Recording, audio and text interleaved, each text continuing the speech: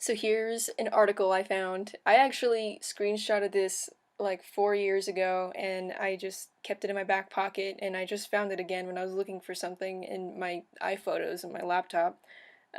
So I found this. It says polio virus attacks tumors and inhibits regrowth. It says that the researchers examined the behavior of poliovirus in two human cell lines, melanoma and triple negative breast cancer. These are hardcore. They observed that the poliovirus attaches itself to cancerous cells. These cells have an excess of the CD155 protein, which acts as a receptor for the poliovirus. Then the poliovirus starts to attack the malignant cells, triggering a release of antigens from the tumor. Antigens are toxic substances that the body does not recognize, therefore setting off an immune attack against them.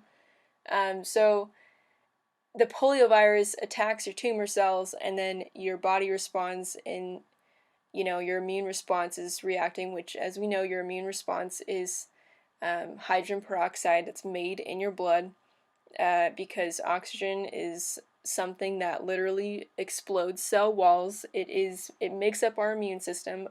Ozone is a product of that reaction. And anyway, ozone and oxygen are such a big part of your immune system. I think it's interesting that a virus is attacking tumor cells. And so I'm getting a little off track because I don't have a script and I know like nobody's ever going to watch this. You can see that maybe possibly the vaccine argument has another point, is that it interferes with the natural harmony of things. We didn't see the positive effect of the natural harmony of polio being introduced into the world.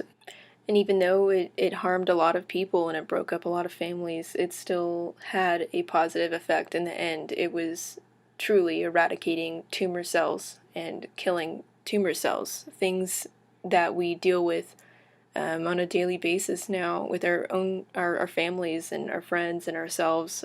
Cancers, these types of cancers in particular.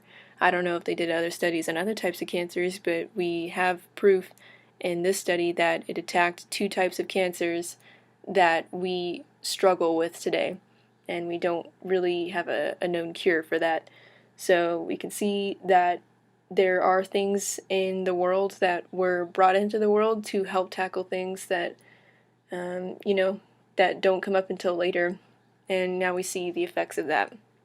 So I think it's obvious to say that you can see my point on eradicating viruses.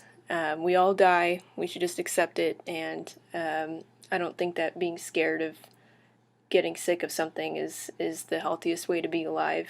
I think we need to enjoy everything and just accept that there is a natural order to everything.